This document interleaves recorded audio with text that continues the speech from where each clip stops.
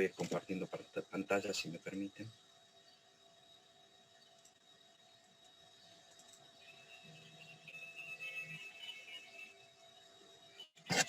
Si me permiten,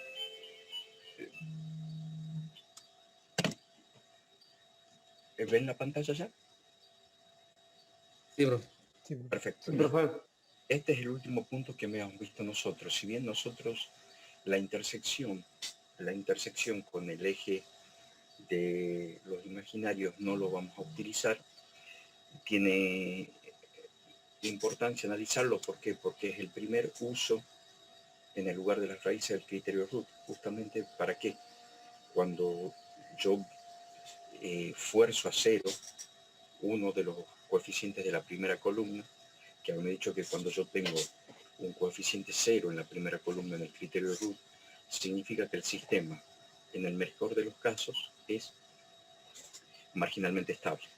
Entonces lo fuerzo a que sea marginalmente estable, porque justamente al ser marginalmente estable me entrega donde es cero la parte real, y es justamente donde vamos a intersectar la parte imaginaria con las asíntotas. Pero este punto no lo vamos a usar, hemos dicho, porque esto se usa cuando se tiene sistemas de órdenes superiores a orden 2. El último punto que nosotros hemos usado y que vamos a usar es el cálculo del punto de ruptura. Nosotros hemos dicho que el punto de ruptura es el punto a partir del cual se proyecta a plano complejo el lugar de las raíces. Sin embargo, aún nosotros no hemos determinado que la recta paralela a las asíntotas sea efectivamente el lugar de las raíces. Para ello, ¿por qué? Por eso, si ustedes ven, siguen línea punteada en la diapositiva. Nosotros debemos corroborar que la recta paralela a las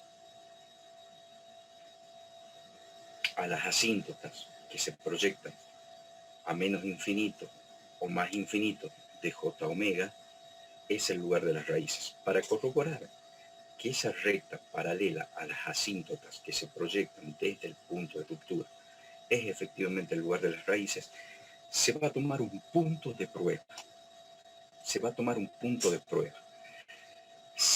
Obviamente, sobre el posible lugar de las raíces. Si ese punto de prueba pertenece y cumple todo lo necesario, todas las condiciones necesarias y suficientes, vamos a decir que ese punto sí pertenece al lugar de las raíces. Por lo tanto, esa recta paralela que se proyecta a menos infinito y a más infinito del punto de ruptura, sí efectivamente es el lugar de las raíces. Nosotros hemos visto que un número complejo se expresa en forma polar a través de su ángulo y su magnitud. ¿Sí? Su ángulo y su magnitud. Por lo tanto, lo primero que debe cumplir sí o sí, que es condición necesaria y suficiente para que un punto S o un polo pertenezca al lugar de las raíces, es que el ángulo que forma ese polo con el origen, ¿sí?, sea múltiplo de 180 grados. El módulo o magnitud va a ir asociado a la ganancia, porque sabemos que todo polo tiene una ganancia y toda ganancia determina una ubicación de polo.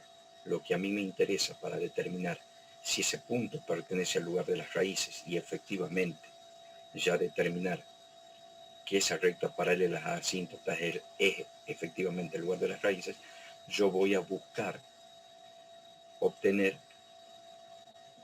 el ángulo de ese. Lo sé que no estoy mostrando la regla número 6, estoy charlando, muchas gracias.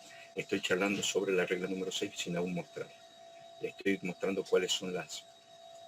Muy amable, siempre háganme notar eso, porque a lo mejor yo necesito estar mostrando la diapositiva, sin embargo no la estoy mostrando. Muy amable, muchas gracias. No, para nada, Víctor, para nada. Gracias a ti. Vuelvo a compartir la pantalla, mil disculpas.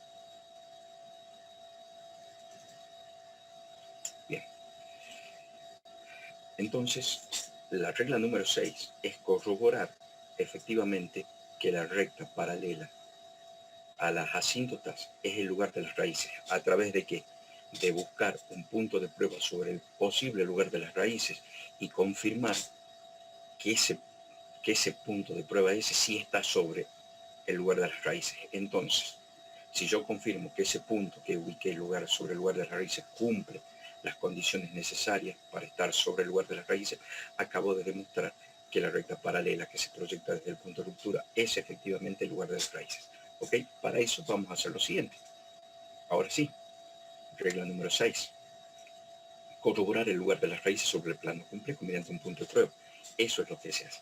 Si un punto de prueba está ubicado geométricamente sobre el lugar de las raíces en plano complejo, la suma de estos ángulos de este polo debe ser 180 múltiplo. ¿Sí? O sea que debe cumplir la condición de ángulo y magnitud. Si el punto pertenece a la proyección, es decir, el lugar de las raíces, sí o sí debe cumplir la condición de ángulo. Y la condición de magnitud va asociado a la ganancia que tiene el polo. ¿Por qué? Porque nosotros dijimos que omega sub n al cuadrado es k. ¿Ok? Y omega sub n no es otra cosa que el módulo. ¿Sí? Para ello, se toma un punto de prueba, que en nuestro caso va a ser, fíjense, yo le estoy tomando menos un medio más j. ¿Qué estoy haciendo? Menos un medio es la recta que se proyecta desde menos un medio a menos infinito y de menos un medio a más infinito. Entonces yo estoy tomando un punto sobre la recta, con parte real menos un medio, eso significa que está sobre la recta, y parte imaginaria igual a 1. Menos un medio es la recta del posible lugar de raíces. Fíjense que yo todavía lo tengo en línea punteada, porque ahora voy a corroborar con este punto ubicado sobre el lugar de las raíces si realmente pertenece o no. Si yo demuestro que este punto pertenece al lugar de las raíces, automáticamente corroboro que la recta paralela a las asíntotas es el lugar de las raíces. Entonces, ¿qué dibujo?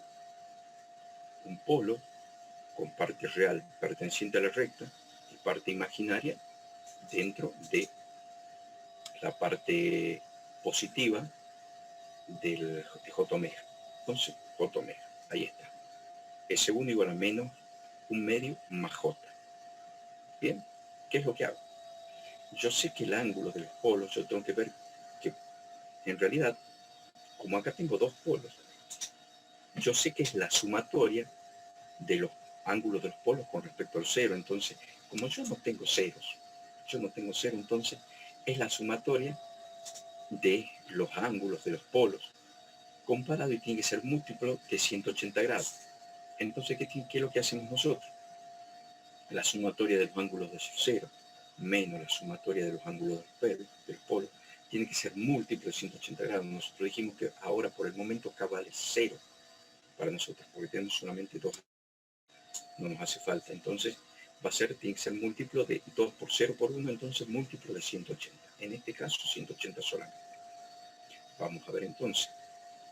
Sumatoria de los ceros menos la sumatoria de los polos. Yo no tengo, ¿sí? Fíjense que yo no tengo ceros. Entonces, ¿qué es lo que tengo que hacer? Directamente la sumatoria de los ángulos de los polos. Entonces, ¿qué tengo que hacer? Fíjense que yo siempre voy a seguir tomando el ángulo. En este caso sí voy a positivizar. ¿Estamos de acuerdo? Sí positivizamos el ángulo para cuando busco obtener o corroborar el lugar de las raíces, sí positivizo el ángulo. Entonces vamos a trabajar como que Φ1 y Φ2. Entonces va a ser menos la sumatoria de Φ1 más Φ2. Φ1 no es otra cosa que tangente a la menos 1 de cateto opuesto, que es 1 sobre cateto adyacente, que es un medio, más 180 menos Φ2, que no es otra cosa también que la tangente a la menos 1 de cateto opuesto, que es 1 sobre cateto adyacente, que es un medio. Esto es menos la tangente a la menos 1 de 2 más 180 menos la tangente a la menos 1 de 2. Si yo quito el corchete, me va a quedar menos tangente a la menos 1 de 2 menos 180 más tangente a la menos 1 de 2. Entonces, esta tangente con esta tangente se van a cancelar y me va a quedar menos 180 grados. ¿Sí? Y ahí lo que acabo de hacer es eso. Quité los corchetes. En realidad no importa que sea 1 sobre 1 medio 2. ¿Por qué? Porque al ser exactamente el mismo ángulo cambiado de signo, yo directamente antes de darlo vuelta por el denominador directamente lo he cancelado. Pero en el caso de que ustedes hayan visto en algún ejercicio práctico o en alguna otra demostración donde pongo 2 acá, es porque es 1 sobre 1 medio, no es otra cosa. Entonces, como k vale 0, yo acabo de demostrar que este punto, la sumatoria de sus ángulos, sí es múltiplo de 180, por lo tanto, este punto pertenece al lugar de las raíces. Entonces, en este momento yo ya puedo corroborar que la recta paralela al asíntota es lugar de las raíces, por lo tanto, ahora, recién en la regla 6, puedo marcarla al lugar de las raíces con una línea plena. ¿Sí? Acá acabo de corroborar con la condición de ángulo.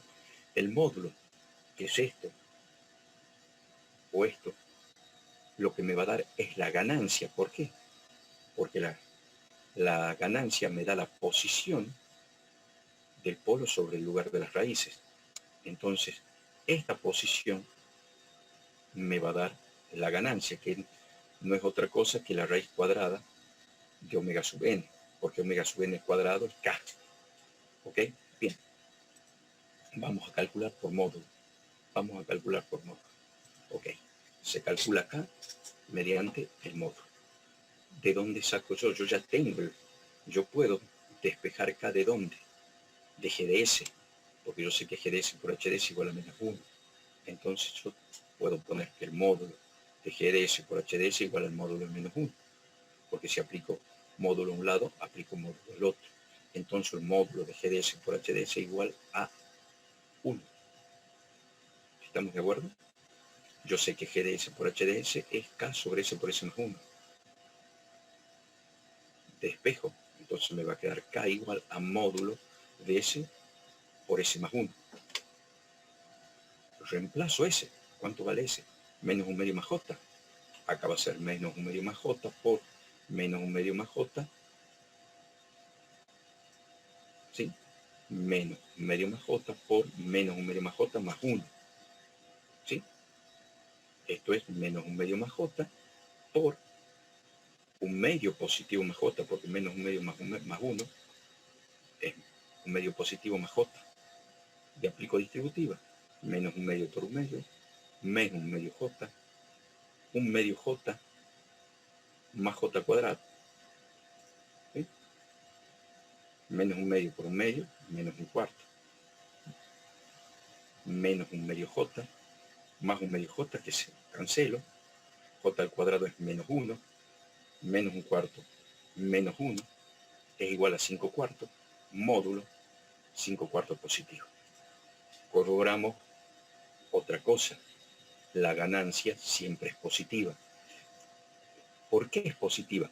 Fíjense que a nosotros el valor de la ganancia nos da un número negativo. Nosotros forzamos que sea positivo. ¿Por qué? Porque dentro del cálculo nuestro, la interpretación de la ganancia tiene que ser mayor que 0. O sea, analíticamente, la ganancia puede tomar un valor de menos infinito a más infinito. ¿Ok? No es que la ganancia no les va a dar un valor negativo. La ganancia le puede dar cualquier valor entre menos infinito y más infinito. Solo que nosotros sabemos que una ganancia en nuestro caso tiene que ser positiva. Ni siquiera 0, porque una ganancia 0 me coloca un polo en el origen. Y no es el polo de la entrada de escalón, es un polo de la función de transferencia. Entonces, con k igual a 0, yo fuerzo z igual a 0. Con z igual a 0, mi sistema, ¿cómo es? Marginalmente estable. Es más, por el criterio Root, acabamos de observar que para buscar un sistema marginalmente estable, yo fuerzo que k sea igual a 0, o una relación con k sea. ¿Ok? Entonces, en este caso en particular, de k sobre s por s más 1, con k igual a 0, yo tengo un polo de la función de transferencia en el origen. Entonces, si K vale 0, mi función es marginalmente estable, porque tengo un polo simple en el origen y ese polo simple no pertenece al escalón, pertenece a la función de transferencia. ¿Está claro? Está claro, ¿verdad que sí? Luego ya lo van a ver bien. Entonces, lo que yo quiero mostrarles es que la ganancia puede tener un valor analítico de menos infinito a más infinito. El tema es que la ganancia para nosotros, desde el punto de vista operativo, no puede ser negativo ni igual a 0, tiene que ser positivo, tiene que ser mayor que 0. Esa es la interpretación dentro del control. No significa que una ganancia no puede salir un número negativo. De hecho, si nosotros tuviésemos sistemas de órdenes superiores, órdenes 2, 3, 4, 5, 6, a mí me van a tocar o me van a aparecer múltiples posibles puntos de ruptura. No me va a aparecer menos un medio, es igual a menos un medio. Me va a aparecer S igual a menos un medio, igual a menos un cuarto, menos 7 cuartos, menos 3, menos 10, menos 3 cuartos J, porque no necesariamente tiene que ser real. El punto de ruptura también puede ser imaginario, ¿sí? Complejo conjugado. Sabemos que no va a ser imaginario puro, porque si no, obviamente sería marginalmente estable. Pero me puede salir cualquier punto de ruptura. Yo le tengo que calcular la ganancia a ese punto S. Si la ganancia a ese punto S es 0 o menor que 0, desde el punto de vista analítico, significa que ese punto no es punto de ruptura. ¿Por qué? Porque es un punto de inestabilidad. Para que sea un punto de ruptura significa, primero, un punto de ruptura es un punto que pertenece al lugar de las raíces. Por lo tanto, la ganancia tiene que ser positiva. Por lo tanto, no puede ser ni cero ni negativa. Analíticamente me puede dar cero y negativo, sí, por supuesto. Entonces, si un posible punto de ruptura me da una ganancia cero o menor que cero, automáticamente significa que ese punto no es punto de ruptura, porque ese punto no pertenece al lugar de la raíz. ¿Por qué? Porque es un punto de inestabilidad. De hecho, la ganancia negativa me genera puntos inestables, que es lo que vemos en el criterio de Root si yo hubiese puesto una condición con que K sea algo menor que cero. ¿Qué hacemos en el criterio de Root cuando yo esfuerzo que K sea menor que cero? Estoy forzando a que, habiendo una inestabilidad, siga el sistema inestable, con la menos inestabilidad posible. ¿Para qué? Para no generar otro cambio de signo. ¿Se dan cuenta? Se dan cuenta que nosotros desde el criterio de Root ya venimos arrastrando la posibilidad de un K negativo, pero con la interpretación de que ese K negativo es un punto de inestabilidad. Por lo tanto, para que sea punto de ruptura, nunca puede ser la ganancia negativa. ¿Que te va a dar un número negativo? Por supuesto que sí, pero desde el punto de vista de control, la ganancia negativa significa inestabilidad. ¿Está claro? Bueno, supongo que sí. Claro. Supongo que sí. Sí, profe. Listo.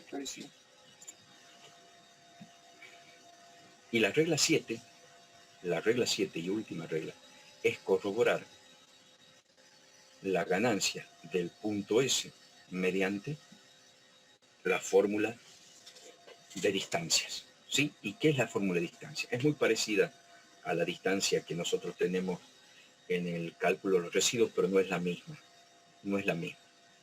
¿Por qué? Porque aquí estoy calculando K. ¿Sí? Aquí estoy calculando K. Cuando calculo el residuo es K por la distancia del resto. Acá como calculo K, no es la distancia del resto. ¿Ok?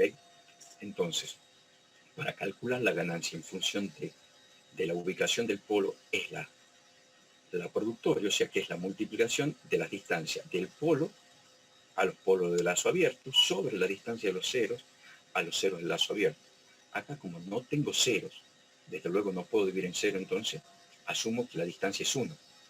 Lo mismo que asumía cuando no tenía ceros y la distancia era 1 en el numerador, para que el residuo del polo no me salga 0. ¿Estamos de acuerdo? Cuando no hay, para no anularlo al resultado o para no hacer indeterminada la división, porque si yo hago 0, el denominador es una indeterminación y tendría que resolverlo derivando por L'Hopital, o sea que eso no es la idea. Entonces hago igual a 1.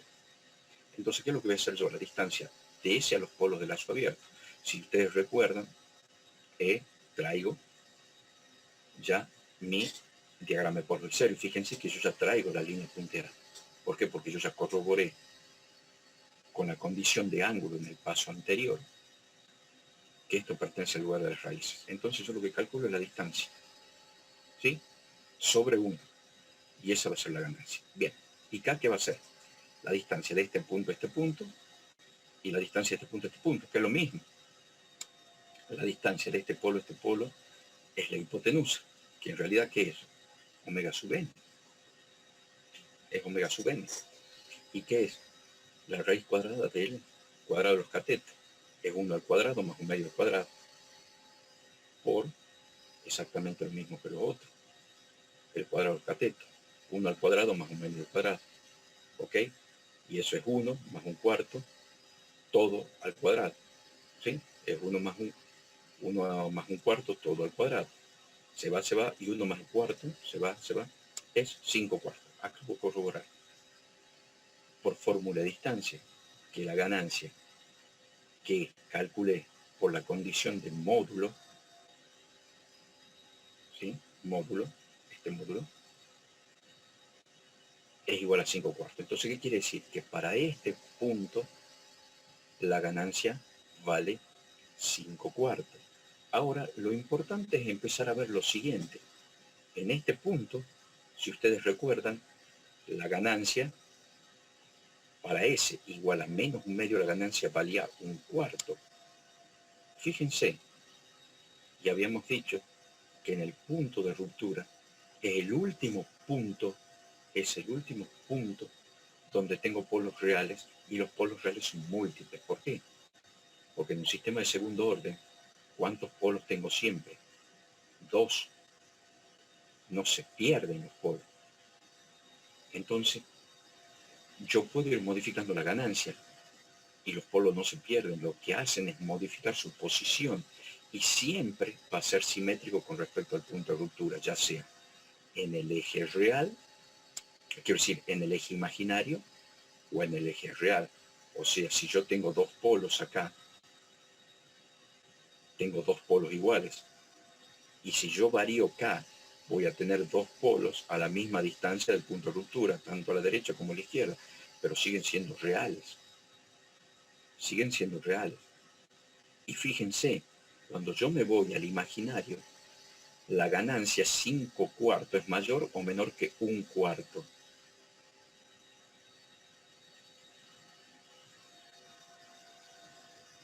Les pregunto, a ver, 5/4 es mayor o menor que 1/4. ¿Cómo? Mayor. Perfecto. Entonces fíjense, la ganancia cuando me voy a los complejos, hacia plano complejo, es mayor que el punto de ruptura. Entonces, por simple interpretación, a medida que me alejo del punto de ruptura por los reales, ¿cómo creen que es la ganancia? Si a medida que yo me alejo hacia el imaginario es mayor, a medida que yo me alejo al real, ¿cómo será? Mayor. Menor. Menor. ¿Quién dijo mayor? Yo. ¿No te das cuenta que mayor es hacia el complejo? Entonces en los reales, ¿cómo va a ser? Los reales debería ser mayor. Mayor. Este punto es complejo o real. Javier. Este punto es complejo. Perfecto. ¿Y la ganancia en este punto es mayor que acá o menor?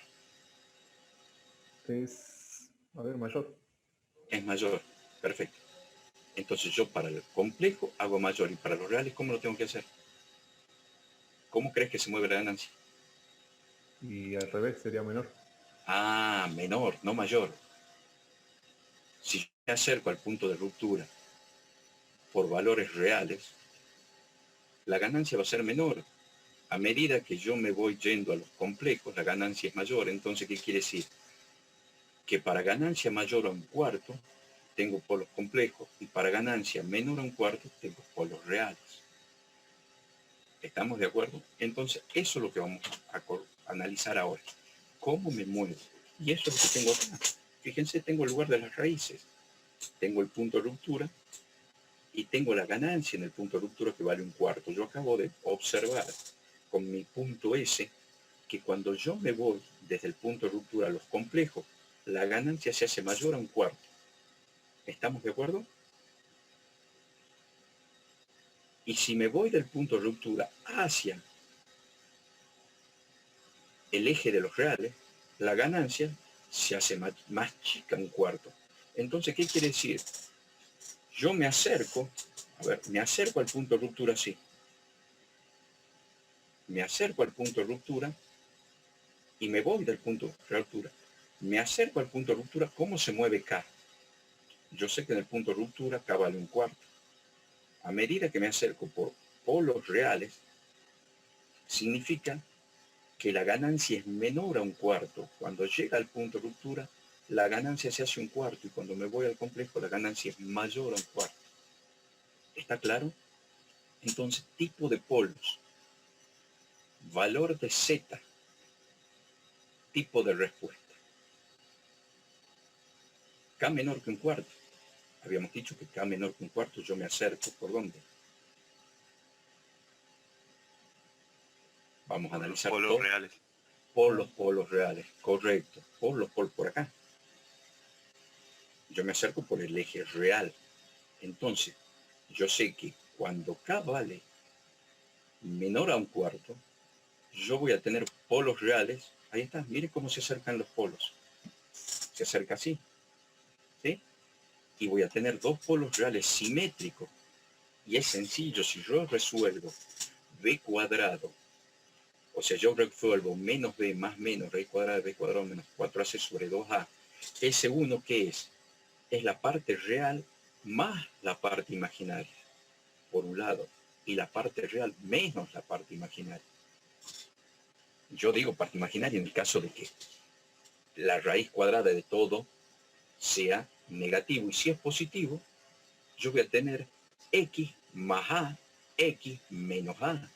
Entonces, ¿qué quiere decir? Que al x le sumo y le resto el mismo valor, entonces sigue siendo simétrico a x, al punto que, a la componente real. Si es real puro va a ser x más a, x menos a. Y si es complejo va a ser x más parte real, x más parte imaginaria, x menos parte imaginaria. ¿Se dan cuenta cómo se proyecta? Entonces, K, si es menor que un cuarto, me acerco desde los polos 0 y 1, me acerco con polos reales, como distintos, porque este polo es simétrico acá, porque este punto le sumé 0,5 y a este punto le resté 0,5. Supongamos que sea menos un medio más 0,2 para que no me dé 0, menos un medio más un cuarto y menos un medio menos un cuarto. Si es más un cuarto me lo pongo acá, y si es menos un cuarto sigue siendo más chico, me lo pongo de este lado. Pero ¿cómo va a estar simétrico el punto de ruptura? Entonces tengo dos polos reales distintos cuando K es menor a un cuarto. Entonces, ¿qué es lo que va haciendo K en el sentido hacia el punto de ruptura? Va aumentando por valores menores. Acá K, en este punto, K es mayor que este punto. Está claro que es menor que un cuarto, pero aquí K vale 0. Entonces yo me acerco de 0 a un cuarto por valores menores. ¿Está claro? K hace esto así. 0, 0, 0, mayor que 0, menor que un cuarto, mayor que 0, menor que un cuarto, mayor que 0, menor que un cuarto, mayor que 0, menor que un cuarto, mayor que 0, menor que un cuarto, igual a un cuarto, mayor un cuarto, mayor un cuarto, mayor un cuarto. ¿Se dan cuenta cómo se mueve K? K se mueve así. Mayor que 0, menor que un cuarto. Es que estoy acá. Mayor que 0, menor que un cuarto. Cuando K es mayor que 0 y menor a un cuarto, los polos son reales distintos. ¿Cómo es el comportamiento de un sistema cuando son polos reales distintos? Tipo de polo, acabamos de ver, reales distintos. ¿Qué tipo de respuesta tengo cuando son polos reales distintos? Sobre amortiguado. Correcto. ¿Y cuánto vale Z? Mayor a 1. Sí, señor, Z mayor a 1 y es sobreamortiguada. Entonces mi función va a tender, no la tengo hecha la gráfica, pero si yo tengo el paso al escalón unitario, paso unitario, va a tender por valores menores hacia 1, lento, ¿sí? Ahora, en K igual a un cuarto, ¿cuántos polos tengo? 2. 2. ¿Y cómo son esos polos? Múltiples. Exacto, son reales iguales. ¿Cuánto vale Z? 1. Sí, señor, Z1. ¿Y cómo se llama el comportamiento? Críticamente amortiguado. Críticamente amortiguado. En este punto es el último punto de sobreamortiguamiento del sistema. A partir de ahí empieza a ser a subamortiguado. ¿Por qué? Porque ya K de 0 a un cuarto ya tiene valores menores, y cuando tiene valores menores es sobreamortiguado. A partir del punto de ruptura, que es S a menos un medio, ya empiezo, fíjense, con polos complejos. ¿Y cómo es el comportamiento cuando K es mayor a un cuarto? Fíjense cómo se abre K. K va aumentando y los polos se van ubicando como, ¿sí? Los polos se van, en realidad, ¿qué es lo que dice el punto de ruptura? Toman trayectorias completamente distintas y opuestas los polos. Acá los polos se van acercando por derecha y por izquierda, que a S menos un medio, con polos reales distintos, cuando K se va haciendo más grande, pero más chica, sigue siendo más chica, un cuarto. Va alejándose de 0, acercándose a un cuarto. Y acá se aleja de un cuarto directamente. Se va a más infinito K. Y cuando K se va a más infinito, los polos se hacen complejos. ¿Y cuánto vale Z?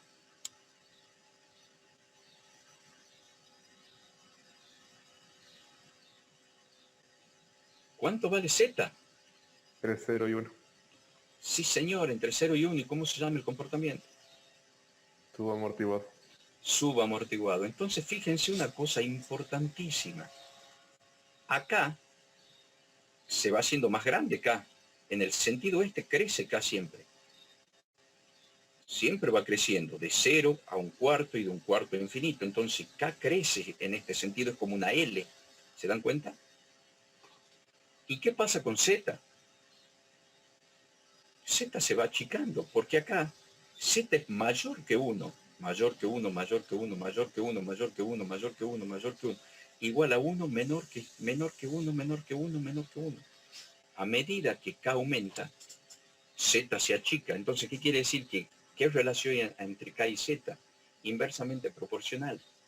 Z es inversamente proporcional a K y K es inversamente proporcional a Z. Si K aumenta, Z se achica. Si Z aumenta, K se achica. ¿Qué significa? Que si yo quiero mover los polos, también puedo mover Z. Y por eso dijimos que en lugar de las raíces puede mover cualquier parámetro. K, Z, omega sub n. En este caso, en lugar de las raíces, mueve K. Porque siempre hay una relación entre parámetros. Siempre hay una relación entre parámetros. Y acabamos de ver que Z y K son inversamente proporcionales.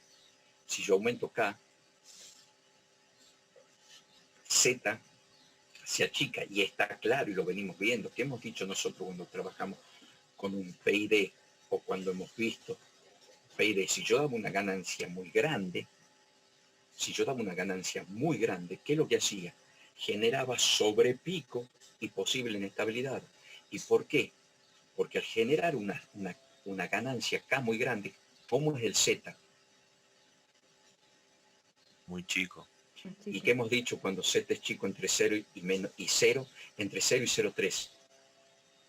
Para balones menores a 0,3. ¿Qué le pasa al sistema? Puede ser un pico muy rápido, muy alto. Hace pico muy rápido. ¿Por qué? Porque la ganancia es alta. ¿Se dan cuenta que no hay nada al azar? ¿Se dan cuenta por qué K muy grande? Y por eso yo le decía, normalmente los sistemas, nosotros trabajamos desde el criterio de Root el K que nosotros a veces calculamos en el denominador por criterio root, es lo que le decía, es un problema de ganancia crítica. Es decir, ¿cuánto tiene que valer K para que no me genere sobrepico? Y yo podría poner, ¿qué cosa? Un Z máximo, o en realidad un Z mínimo. Z no puede ser menor a 0,4, entonces tendría que ver cuánto tiene que valer K y definir por el criterio root cuánto vale K. ¿Se dan cuenta? Es lo que yo les dije, para llegar al lugar de las raíces tienen que manejar todo muy bien anteriormente, porque todo esto son preguntas no solo de parcial, sino de examen final. Todo este análisis va en los parciales, obviamente.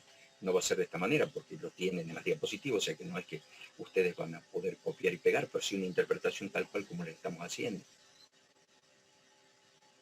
Donde vimos que K genera sobrepicos y por qué K genera sobrepico y por qué Z se hace más chico cuando K aumenta. Y hemos dicho que K, para K menores que 0,4, ya tengo muy sobrepico, entonces yo tengo K muy grande, seguramente voy a generar Z menores a 0,4 y eso genera sobrepico y inestabilidad.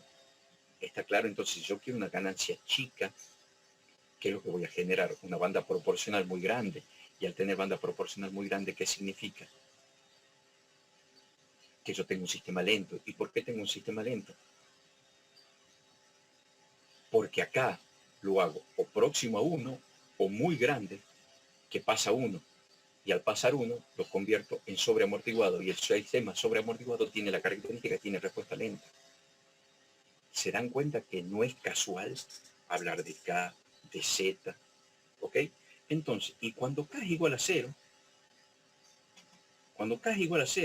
los polos de la función de transferencia de lazo cerrado coinciden con los polos de la función de transferencia de lazo abierto. G por H. ¿Cuánto vale Z? Z vale 0. ¿Cómo es el comportamiento? Estoy acá.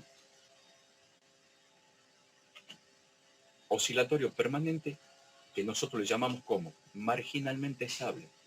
Y es lo que nosotros forzamos con el criterio de root con un K igual a 0 en la primera columna. ¿Está claro? ¿Se dan cuenta cómo se hace un análisis del criterio root? Cuando a ustedes se les dé un ejercicio en el parcial, se les va a pedir un análisis completo de esto. Y obviamente el análisis lo haré yo y pediré que ustedes corroboren si es verdad, si es verdadero o falso lo que yo pongo. Como ustedes rindieron, ya saben cómo son los parciales. Digan si es verdadero o falso. O elija una opción. Pero posterior a este análisis, entonces ustedes tienen que saber hacer este análisis para rendir el parcial. ¿Está claro? Por eso necesito que ustedes estudien bien esto. El movimiento de K, el movimiento de Z, los comportamientos y ejemplos. Acá me falta el tipo de gráfico y ejemplos, que eso se los dejo para que lo hagan ustedes. Ahora vamos a ver un ejemplo general. ¿Sí? De dónde se derivan mucho del análisis analítico que uno puede hacer en un caso de un sistema de segundo orden. En sistemas de orden superior hemos dicho que no hay, que no es posible un análisis analítico. ¿Por qué? Porque no tenemos la ecuación de menos b más menos b cuadrado más menos b más menos b cuadrado sobre 4ac sobre 2a. Entonces yo no puedo resolverlo a través de S1 y S2, porque un sistema de segundo orden yo sé que tiene dos polos, no tiene más. Pero si yo saco la función de transferencia GDS sobre 1 más GDS por HDS, partiendo de mi función de transferencia y lazo abierto, K sobre S por S más 1, que es el caso que estamos analizando nosotros. Yo sé que mi función de transferencia y lazo cerrado es K sobre S cuadrado más S más K. Ahora, si yo igualo, bueno, yo por un lado sé que si resuelvo, es lo que le decía, en forma analítica, yo lo voy a ir a hacer rápido, yo voy a tener que, tengo menos un medio, más 1, un cuarto menos K. Y aquí analizo el K, fíjense, acá hice la distribución desde aquí también, ¿no? Es lo mismo. Pero acá analizo, desde aquí puedo analizar el K que acabo, o sea, en realidad de aquí puedo verificar que el análisis del gráfico del lugar de las raíces coinciden con un análisis analítico. ¿Por qué? Porque cuando K vale un cuarto, esto se hace 0. Entonces me queda más menos 0. más 0 por un lado, menos 0 por otro. Ahí está. Cuando tengo dos raíces reales iguales. Cuando K es menor a un cuarto, cuando K es menor a un cuarto, esta raíz es positiva, es un número, no positivo. Esta raíz es un número real. Esta raíz es un número real cuando K es menor a un cuarto. Esta raíz es un número real y a menos un medio le sumo un número real y le resto el mismo número real. Entonces, las raíces son simétricas a menos un medio. Listo. Es lo que acabamos de ver.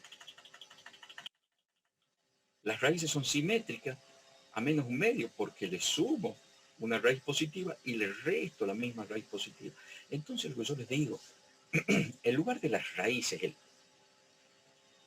la ubicación de los polos es simétrico al punto de ruptura en un sistema de segundo orden, tanto del polo, tanto del eje real como el eje imaginario. ¿Sí? Y acabamos de verlo analíticamente de esta manera. Cuando K vale un cuarto, esto se hace 0 y tengo dos polos reales múltiples.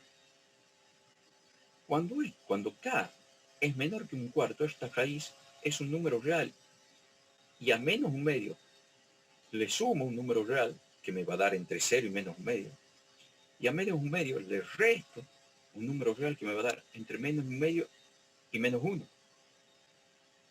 Pero siempre dos reales distintos, simétricos menos un medio, porque le resto y le sumo la misma cantidad. ¿Queda claro eso? Sí. Perfecto. Ahora, cuando K es mayor que un cuarto, ¿cómo va a ser esto? Una raíz negativa. Está, complejo conjugado. Le sumo y le resto la misma raíz negativa, entonces, menos j omega por un lado, más j omega por otro. Siempre simétrico a menos un medio, ya sea a plano complejo o sobre el eje de los reales. Está claro que desde aquí sale un análisis analítico sin necesidad de dar valores, sino directamente analizando ¿qué? La raíz. Y acabo de corroborar que el análisis del lugar de las raíces está correcto desde el punto de vista gráfico. Ahora, fíjense lo que les digo. En el origen z vale 0. Cuando K se va agrandando, pero siempre menor que un cuarto, z es mayor que 1. Cuando es mayor que un cuarto, ¿sí? Está entre 0 y 1. Entonces aquí me faltó poner en el punto de ruptura que z vale 1. Me faltó poner que z vale 1. Entonces, ¿qué quiere decir? Que cuando K sube, z disminuye, inversamente proporcional. ¿Ok? Ahora vamos a ver por qué. ¿De dónde sale inversamente proporcional? Y ahora yo sé que mi GDS es K sobre S más 1. Por lo tanto, K, mi función de transferencia y lazo cerrado es K sobre S cuadrado más S más K. Si yo lo igualo a la función de transferencia de segundo orden que analicé en parámetros de respuesta transitoria, yo puedo deducir que K es igual a omega sub n cuadrado. ¿Sí? Al cuadrado. Yo puedo deducir también que ¿qué? Que 2z omega sub n es igual a 1. Bueno, vamos a hacer paso a paso. Yo sé que K es igual a omega sub n al cuadrado, por lo tanto omega sub n es raíz cuadrada de K. ¿Está?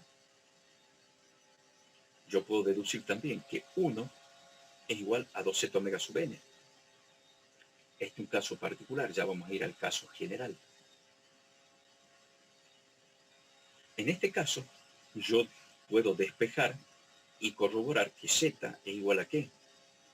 2 omega sub n. ¿Y omega sub n qué? Es raíz cuadrada de K. Entonces ya está. K, z es inversamente proporcional a la raíz cuadrada de K. Ya está.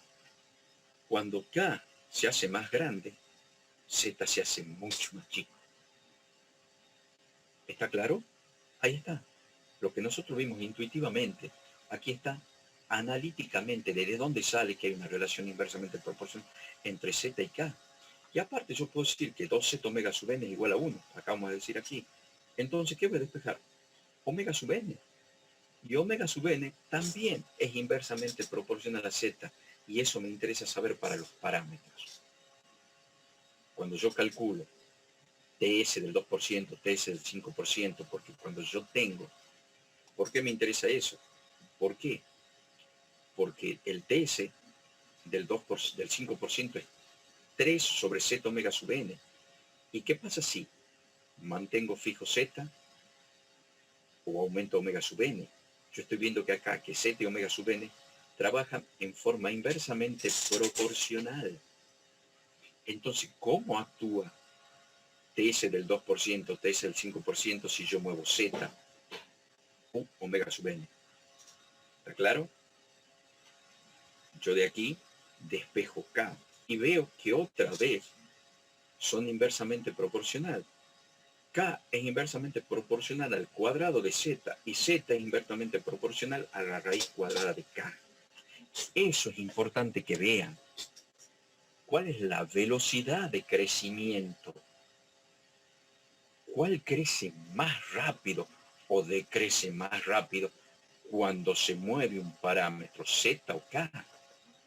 ¿Qué reacciona más rápido en un sistema? Si muevo K, ¿qué se modifica más rápido? ¿Ok? Ahora, desde el punto de vista general, se puede escribir. Yo tengo la función de transferencia que hemos visto de segundo orden, que vimos en parámetros de la respuesta transitoria. Si yo asumo que mis sistemas, que son en la respuesta transitoria, que hemos visto nosotros, sistemas subamortiguados. Está claro, ¿por qué? Porque un sistema sobreamortiguado no tiene todos los parámetros. Entonces nosotros hemos analizado sistemas subamortiguados. Entonces, para que un sistema subamortiguado sea subamortiguado, yo tengo que presuponer sí o sí que Z está entre 0 y 1. ¿Está claro?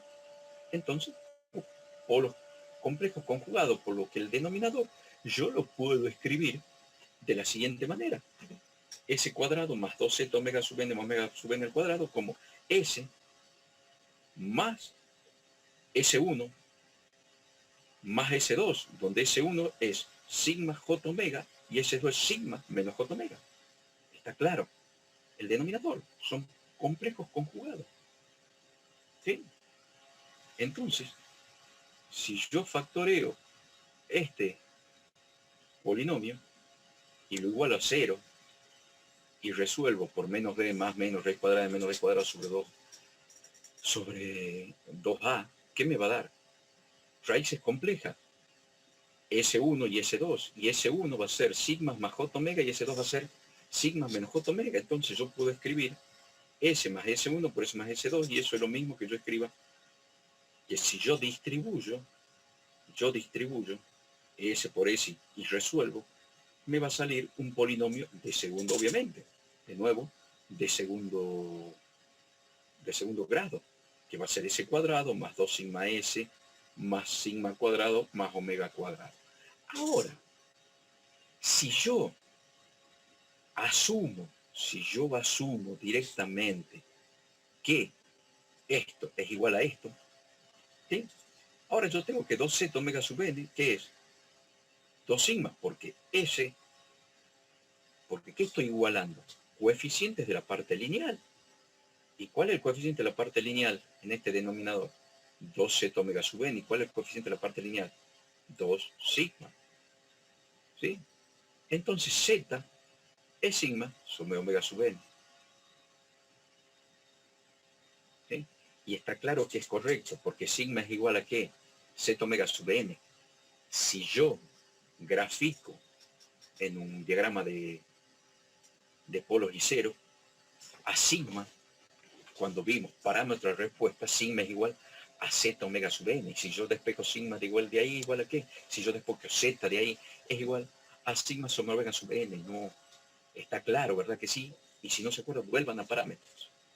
Y vean que cuando yo pongo en el eje de los reales Z omega sub n y eso igual a sigma. Entonces, si yo despejo Z, me queda sigma igual a Z, es Z igual a sigma sobre omega sub n. Ahora, no es otra cosa que esta es la parte, el término independiente. Omega sub n al cuadrado es sigma cuadrado más omega sub n al cuadrado. Por lo tanto, omega sub n es igual a la raíz cuadrada de sigma al cuadrado más omega al cuadrado. ¿Y qué es eso? No es otra cosa que el módulo no es otra cosa que el módulo. Y es correcto. ¿Por qué? Porque sigma es el cateto adyacente y omega es el cateto opuesto. Y omega sub n es la hipotenusa. ¿Y qué es la hipotenusa? La raíz cuadrada del cuadrado de los catetos. Ahí está.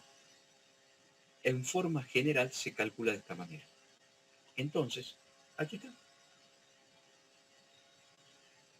Sí, esto es sigma, que nosotros escribíamos z omega sub n. Y esto es omega sub d o omega dentro de j omega. Y ahora vamos a ver un ejemplo general. Supongamos que yo tenga esta ecuación, o sea, esta función de transferencia de GDS, y vamos a suponer siempre HDS igual a 1, a no ser que se identifique lo contrario. Nosotros no vamos a determinar que HDS sea distinto a la retroalimentación unitaria. Entonces yo tengo, ya dije que mi función de transferencia de lazo cerrado es S cuadrado más S más K. Aquí está. Por el criterio de Ruth, yo sé que K, ¿cuánto tiene que valer? Resuelvo. Por el criterio de Ruth, yo quiero saber cuánto tiene que valer K para que mi sistema sea estable. ¿Está claro? Si yo les doy esta función de transferencia, obviamente yo tengo que hacer tres cosas. Determinar la estabilidad y cuánto tiene que valer K por el criterio de Ruth. Hacer el análisis del lugar de la raíz y, por último, obtener los parámetros de la respuesta transitoria dependiendo de un K determinado que yo les voy a dar. Y así lo vamos a analizar a partir de ahora. Yo tengo este sistema y sabemos que si varía K, varía la respuesta. ¿Por qué? Porque hemos dicho, porque si varía K, varía la posición de los polos en la función de transferencia de lazo cerrado. Si varía KK, varía KK. Y si varía K aquí, quiero que va a variar la posición de los polos, ya sean reales o complejos. Entonces, primero yo tengo que determinar cuánto tiene que valer K para que mi sistema sea estable. Hago mi criterio Ruth y me sale que K tiene que ser sí o sí mayor que 0. Para que mi sistema sea estable, K tiene que ser mayor que 0. Entonces, dice Cerecia, ¿está claro que lo que hago yo? Lo primero que hacemos es decir cuánto tiene que valer K por ese 0. Yo sé que K es mayor que 0. Entonces K tiene que ser 0 infinito. Está claro que nosotros hemos dicho que era así, correcto. ¿Por qué? Porque un K igual a 0 me lo convierte donde es marginalmente estable. Entonces, por ese 0, yo sé que K tiene que ser mayor que 0. Perfecto. Ahora yo sé que K tiene que ser mayor que 0 y quiero estudiar los parámetros para K igual a 5/4. Entonces, ¿qué tengo que hacer? Lo primero que tengo que hacer para estudiar los parámetros es tengo que graficar el polo. ¿Por qué? Porque para saber los parámetros de la respuesta transitoria, hemos dicho que los parámetros de respuesta transitoria se derivan de los parámetros de la función de transferencia. Y todo parámetro se deriva de z y omega sub n. Yo no puedo calcular TC, no puedo calcular phi, no puedo calcular TP, SP, TS del 2% y el 5% si no conozco z y omega sub n. Y acabamos de ver que yo sí puedo calcular z y omega sub n conociendo K. O puedo hacerlo de la forma analítica o lo voy a hacer de la forma gráfica, que es lo más sencillo, y después voy a corroborar con la forma analítica. Entonces, sabiendo, yo le doy esta función de transferencia de GDS. Yo quiero verificar qué valores de K me hacen estable mi sistema por el criterio Ruth. Yo sé que K tiene que ser mayor que 0 y quiero averiguar cuál es la respuesta transitoria para un sistema con ganancia 5/4. Por lo tanto, entonces, ¿qué es lo que hago? Lo primero que hago es hago el lugar de las raíces, por un lado, hago físicamente el lugar de las raíces, y en forma analítica calculo cuáles son mis raíces, cómo se mueven mis raíces, cuánto vale S1 y S2, ¿por qué? Porque tengo que formar el polinomio. ¿Estamos de acuerdo? ¿Por qué? Porque al saber cuáles son las raíces del numerador, yo sé dónde están ubicados mis polos. ¿Por qué? Porque las raíces del numerador no es otra cosa que la ubicación de los polos y 0. Puedo resolverlo en forma analítica o en forma gráfica. Aquí lo que vamos a hacer es calcular las raíces cuando K vale 5/4. Entonces yo sé que mis raíces van a estar ubicadas en ¿dónde? En menos un medio más menos raíz de 1. ¿Y qué es raíz de 1? J.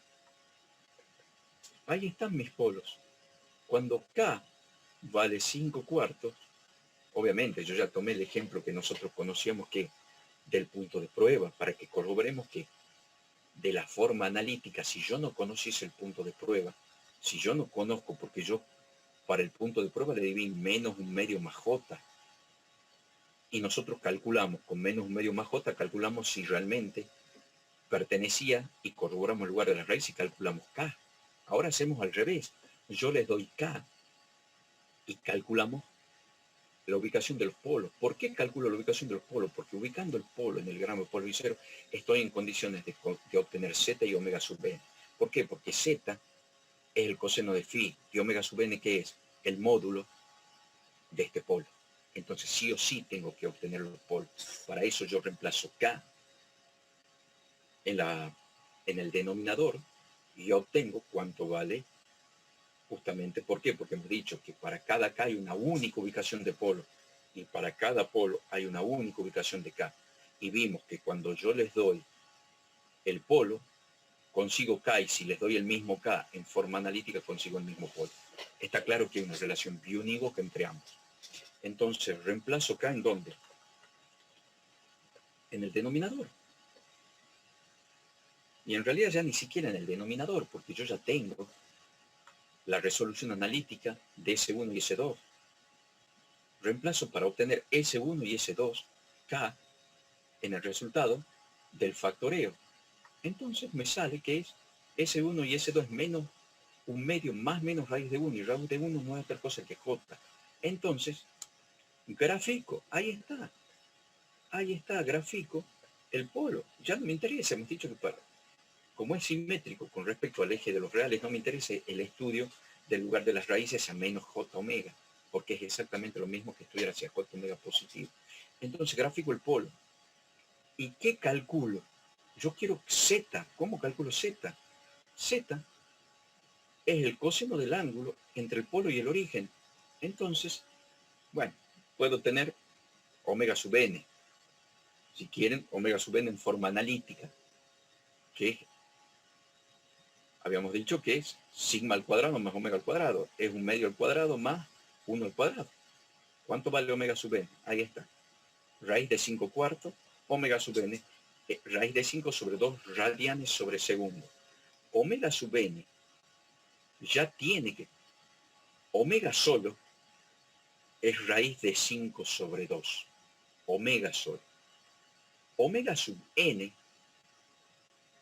que es la distancia radial entre origen y el polo, ya está expresado en radianes sobre segundo. ¿Ok? Entonces omega sub n, ¿qué es esto? Que no es otra cosa que el módulo y que no es otra cosa que la hipotenusa de este triángulo rectángulo, que es el cateto adyacente al cuadrado más el cateto opuesto al cuadrado, me da raíz cuadrada de 5 sobre 2 radianes sobre segundo. Y ahora, ¿qué phi? Es el coseno de este ángulo. ¿Y qué es el coseno? Ahí está. Este ángulo hemos dicho que phi es el coseno del ángulo negativo. ¿Por qué? Porque el coseno de ángulo negativo me da un z positivo. Porque si yo lo positivizase, me daría un z negativo, y un z negativo está del lado de la inestabilidad. Entonces, ¿qué es? Yo tengo que sacar, primero, puedo sacar el arco tangente para averiguar phi. Es el arco tangente, o sea, tangente a la menos 1, de 1 sobre menos un medio. Ahí está. ¿Qué es? Tangente a la menos 1 de 2. Tangente a la menos 1 de 2 me da menos, obviamente como no positivizo, es menos tangente a la menos 1, ¿está claro? Es menos 63,435 grados. Si yo saco el coseno de este ángulo, obtengo phi. Y phi es 0,4472. Y ya con z y omega sub n puedo calcular cualquier parámetro, incluso corroborar phi, porque es raíz cuadrada. ¿Cómo calculo phi? Raíz cuadrada de 1 menos z cuadrado sobre z. Ya teniendo z, puedo evitar el cálculo del ángulo. Pero cuando hagan el cálculo de parámetros, no lo vamos a hacer con este ángulo. No lo vamos a dar por válido, sino lo vamos a tener que corroborar. Entonces, una vez obtenido omega sub n y z, ya estoy en condiciones de calcular phi, calcular por fórmula. Y phi va a ser igual a raíz cuadrada, creo que es tangente a la menos 1 de raíz cuadrada de 1 menos z cuadrado sobre z. Con ese valor vamos a corroborar lo que acabamos de obtener acá. Como que tangente a la menos 1 de cateto opuesto sobre cateto adyacente. ¿Ok? Entonces vamos a ir con todas las fórmulas de parámetros. Vamos a calcular phi como tangente a la menos 1 de raíz cuadrada de 1 menos z cuadrado sobre z, y me tiene que dar exactamente este mismo ángulo, si hemos hecho bien los cálculos. Ya con z y omega sub n ya puedo calcular TC, TP, SP, TS del 2% y el 5%, y analizar Z en función de el punto de discontinuidad y cómo se mueven los tiempos en función de Z. Se dan cuenta que con un solo ejercicio, que ojo, acá es K igual a S por S más 1, podría haber sido por S más 7, por S más 8, por S más 10, ¿sí? Se aplica el criterio de Root, se estudia el lugar de las raíces. Acá K podría haber sido 2/4, 7/4, 5/3, o cualquiera. Es más, yo les podría haber, normalmente no les voy a dar con polos reales. ¿Por qué? Porque polos reales no van a tener estudio de parámetros, siempre van a tener subamortiguado. O sea, yo voy a forzar que los polos sean complejos, pero ustedes van a tener que graficar, van a tener que aplicar criterio de Root, van a tener que hacer el lugar de las raíces completos y el estudio de los parámetros. ¿Ok? Con un solo ejemplo. Bueno, ahí termina la clase de hoy. Fíjense que ya dándole GDS, ustedes deben hacer el estudio de K. Para eso tienen que hacer el lugar de las raíces. ¿Cómo se mueve K? Después el criterio de Root. Y por último, el estudio de parámetros. Listo. Acá termino la clase. ¿Alguna consulta?